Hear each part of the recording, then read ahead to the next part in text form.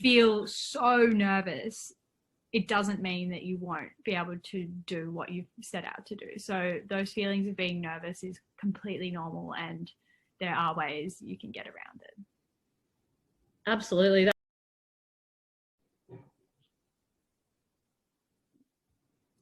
Hi, Haz. Hi, Lizzie. How are you? I'm good. Don't we look cute in our matching jumpers today? That No, wasn't both in. planned. No. How's lockdown going? It's annoying, but life's pretty good for me. Like, I can still go outside, still swim in the ocean pools, still go on my craft. So it's pretty good, but I hope it ends soon. Yeah, I hope so too. Always pretty tough and hard to stay positive, but sounds like you're doing a good job of that. And I saw that you were running for the first time. Yes. I know. I'm so excited. That is so exciting. Had a little jog, 50-meter. So it's a little bit pathetic at the moment. I shouldn't say pathetic. That's hard on myself. A little bit awkward and not very far, but it's a start and it makes me so happy. And tell you what else? What? Sorry, go. Tell you what else makes me happy? What? Tea. Yes. What tea have you got? Digestion Delight. I think it's peppermint. Oh, nice. I've got a standard English breakfast. Oh, not very exciting. All right. Should we get into it? Yeah, let's get into it. And Lizzie and I had a bit of a chat before everyone, and we've decided that we might pick 2 questions and both answer them today so that you get a little bit of perspective from both of us. Yeah. And I've got my beanie of questions again with all my all the questions in it. So here we go. Are you ready? Yes. Okay. Do you want to read it out? Yes, it's hard for me to see. I don't know why. Oh, here we go. Do you get nervous before races? Oh. I think we all do. Do you want to go first with this one, Liz? Sure. I actually have a great story I can tell about getting nervous before races. So I'm going to tell that story because I think everyone gets nervous before races. But there was this one race in particular where I got insanely nervous, and I hope someone listening can find it relatable. So, bit of backstory. At my last Aussies, when I was an under-19, so my last youth Aussies, I think it was in Perth, and I think that might have been in 2018 or 2017. I can't remember now. Definitely, yeah. Anyway, doesn't matter. I had set the goal to win the under-19 board and iron because then I would be able to go undefeated in the youth. So I had won the under-17 board and iron both years, and then my first under-19s got cancelled because of Cyclone Debbie. So I wanted to win it again so that I could say I'd never been beaten. Which is super impressive. But I put a lot of pressure on myself to win those 2 races, like more pressure than I had ever put on myself in the past. And the week leading into that Aussies, I was so nervous. I can't even describe how nervous I was. But to give some perspective, I pretty much did not sleep from the moment I got to Perth. I would lie in bed for hours and then wake up. Well, not even wake up. I would just start bawling my eyes out because I was so stressed that I wasn't sleeping.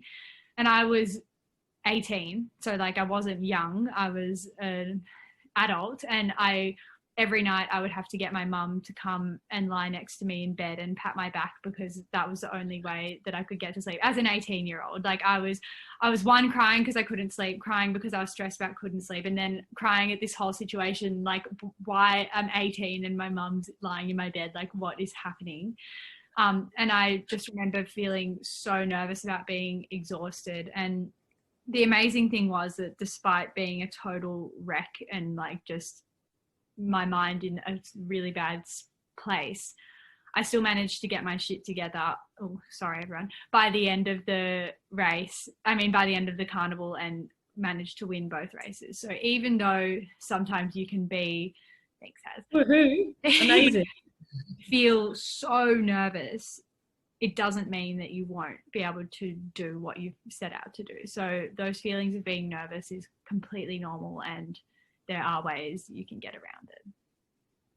Absolutely. That's a pretty inspiring story, Lizzie, especially we know how important sleep is. So when you can't sleep and you're trying to race, and then it's that vicious circle because then you stress about not being able to sleep. So yeah, that's pretty cool. And I think relatable because we often get asked when we talk to young kids whether we get nervous. And I think we always say, yeah, we get nervous, but it's normal and kind of brush it off. But I think actually hearing how nervous is something that can be pretty relatable. And I also have suffered from nerves from time to time. Before big races, I always get really nervous, but one that really stands out in my mind, I think probably the most nervous I have ever been was before my first Molokai to Oahu paddleboard race in Hawaii. So it's that 52-kilometer paddleboard race that Lizzie and I have done and for a few years now. And before my first race, I was so nervous, I think because it was something that I had never done before. Oh, the week leading into it, big one. So I couldn't sleep. I remember trying to meditate, listen to music, do whatever I could to try and get myself to sleep. And I remember trying not to panic about it. But I just felt so overwhelmingly nervous. And I remember trying to think about like, why am I nervous now when I've raced so many other times with pressure on me? And I think it was because it was just the unknown. So I remember lying in bed going, I would give anything to just do an Ironman race tomorrow instead of paddling 52 kilometers, or I'd prefer to public speak or do an exam. And I just remember kind of being so nervous because I was concerned that I wouldn't be able to make it. And I felt like I had pressure on myself, not necessarily to win, but to make the distance. My dad had flown over, a friend had flown over, and I'd, done everything to try and buy a new board and get myself over to Hawaii. I felt like I'd put all this effort in, and I was actually just dreading that I wouldn't be able to make the distance and be able to finish it. So in my mind, I had all these thoughts of doubt. And it wasn't performance doubt. It was like, will I make it doubt? What if I stop? What if I don't do it? What if I fail? So consumed by thoughts of failure. And in the end, it wasn't nearly as bad as what I built it up in my head to be. It was definitely you won. Yeah. But most of all, I didn't stop finishing. I finished the race.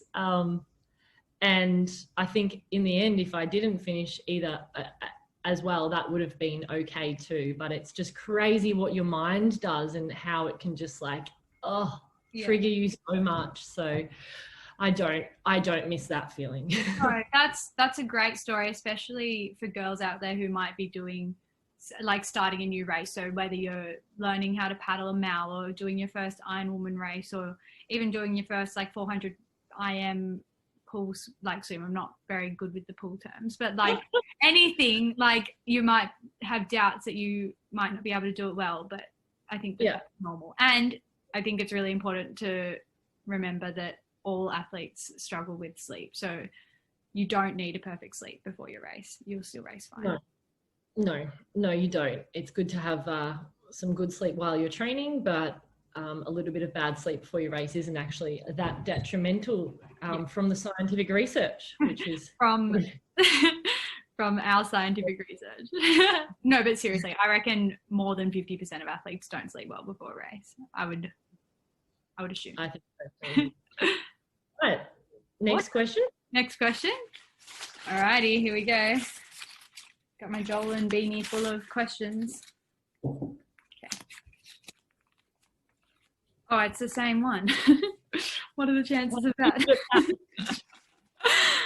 I put it back in. Okay, here we go. I'll go first for this one. Do you ever feel guilty after eating certain foods? That's a good question. I think we've had quite a few questions come through about body image and food. And I think it's a big one, especially for young female athletes in this time. I feel like there's a lot of pressure, and whether that's just pressure we put on ourselves or potentially external pressure. There's always those feelings of, body image. Do I look okay? Am I racing all right? As someone looking at me, comparison, all of that. But guilty about eating food. Yes, I do feel guilty sometimes. Not as much now. I think I've become to learned to have a bit of a healthier relationship with food, but I've definitely got some stories from a few years ago.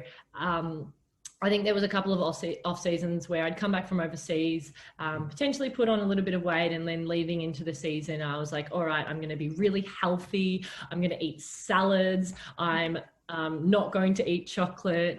And when I think back, I wasn't eating enough food. So when I was just trying to eat really healthy salads and train 3 times a day, I wasn't giving myself enough energy. And so I was craving things like chocolate and sweets and all those kind of like high sugary foods that you crave when you're not feeling yourself enough. And I remember a few of us would kind of say, all right, we're going to do, and Jess from Jolyn was one of them. We would be like, okay, we're only going to eat chocolate on a Wednesday, and then we're not going to be able to have it for the rest of the time, or we could only have a sweet treat on a Wednesday. And oh gosh, I remember like I was excited to have that Wednesday, and I'd eat chocolate, and I'd eat mostly well for the other times. But then if I'd crave chocolate, say it was a Saturday, and then I had it, I just felt so guilty, not because I know it's not that good for me for training. I mean, I look back now and I have chocolate all the time now, in moderation, but because I put restriction on myself and I felt like I couldn't achieve it. And oh gosh, I used to feel so guilty, and we'd text each other and be like, oh, did you eat chocolate today? Yeah, I failed. And it's almost like setting yourself up for failure. So I think in hindsight, putting all those restrictions, even though it was to try and help me with racing and training and eating well, it just made I felt guilty. It made my brain like and hate on myself. Yeah, and like I think that's a cool story, because maybe some girls look at athletes like us or other athletes and think like, wow, they must follow a strict, amazing diet and be so healthy. But like, we have everything in moderation. Like I rarely go a night now without having dessert. Like dessert is a must always. Like, yeah, for sure. And I think, yeah, I mean, we both know when we catch up, we'll have all the sweet treats that we really enjoy. And I love food to enjoy it. But what I found now is that if I fuel my body better, so if I'm eating like good quality carbohydrates, your breads, your pastas, I don't crave that stuff as much, and then I just eat it when I enjoy it. So there's not that guilt, but it's all about the mind. I think it's just so much of how we feel about food sometimes is that kind of like mental aspect. Yeah, totally. And I can tell a story on that. So like, I like through researching food and stuff, like when you go down that path, you quickly learn like what foods are high calorie foods. So like they'll say like nuts and dates and seeds and all those things are really high calorie foods, and you should have them in moderation, which is true. Like if you're not a very active person, like you don't want to have a whole bag of nuts every day, because that won't be good for you.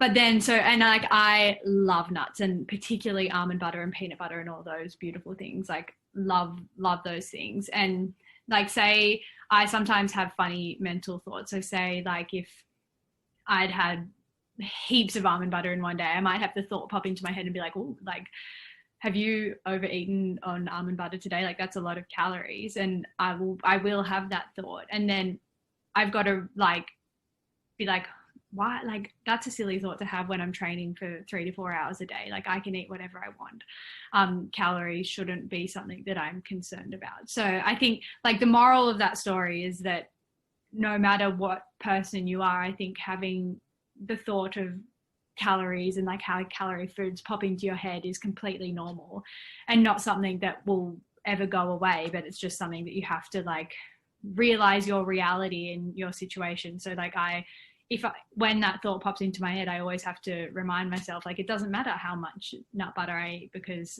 I know that I'm doing, and like, I need it. I need that fuel. So like, yeah, those. So interesting that you say that, Lizzie, because a lot of people would kind of associate guilty feelings for like, you know, chocolate and lollies and chips and things like that, but it can work for anything. Like your mind can make you feel guilty for anything, and whether that's eating enough, not eating enough, eating the wrong time, all those things. And I don't know if you're the same as me, but when you're trying to be the best athlete you can be, you want to try and get it right, and sometimes there's got to be a bit of flexibility because it's not going to be perfect all the time. No. And like, yeah, just, I think the biggest thing is like being okay with having those thoughts. Like if you do feel guilty about eating something, like I know it's easier said than done, like don't let it consume your whole day or ruin your whole day, which is like, I don't want to go like fully down that path, but like everyone has